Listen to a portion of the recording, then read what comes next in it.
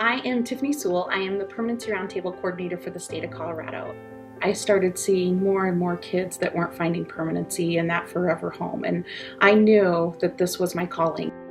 The first time I ever had to drop a kid off at a shelter, and that day I can tell you that when I got in my car I just sobbed as I left. This kid deserves so much more, and we as a system failed. I knew I had to change that.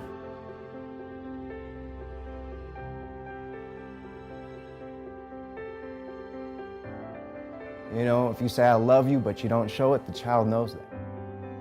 So we started Permanency Roundtables in 2010 with 2 of our large counties, and one of those counties is Boulder County. And they have really taken Permanency Roundtables to the next level. So I'm Becky Lee, and I am the Permanency Roundtable Coordinator with Boulder County Housing and Human Services.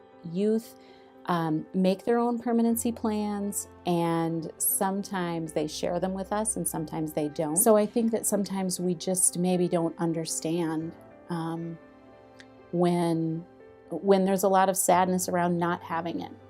In the Permanency Roundtable process, it's such a valuable meeting for a youth because it really sets everyone up for success. I don't like to think about youth leaving without legal permanency. I'll tell you that right now. That's uncomfortable to think about. And when it happens, I think that we need to remember to make sure that the youth has certainly all of their vital documents, their social security card, their birth certificate. We need to know, and they need to know, who they will call in an emergency, who might help them make medical decisions.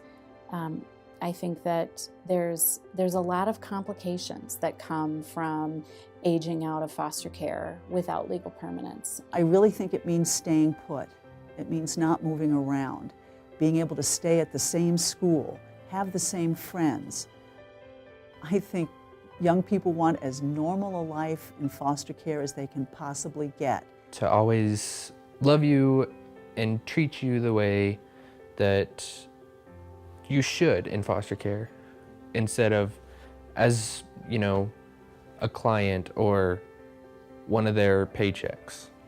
Permanency means something familiar, stable, loving. It's hard when you're young to be shuffled around and feel like you're just being tossed back and forth. Having a sense of being grounded. Whoever I allow to be a part of my life, I consider my family. If they understand what's happening, they won't be as scared, or maybe they might feel comfortable to ask more questions and actually understand what they're going through. If I think about where do we go from here, how do we continue to make progress in this area, I think my first thought is I would say to caseworkers and professionals, don't give up on older kids getting adopted. Continue to recruit adoptive homes for older kids. I don't want to hear a caseworker say to me, well, this child is now 11 or 12 and we're just not going to be able to get them adopted. Don't say that to me as a judicial officer, because I adopted a 15-year-old.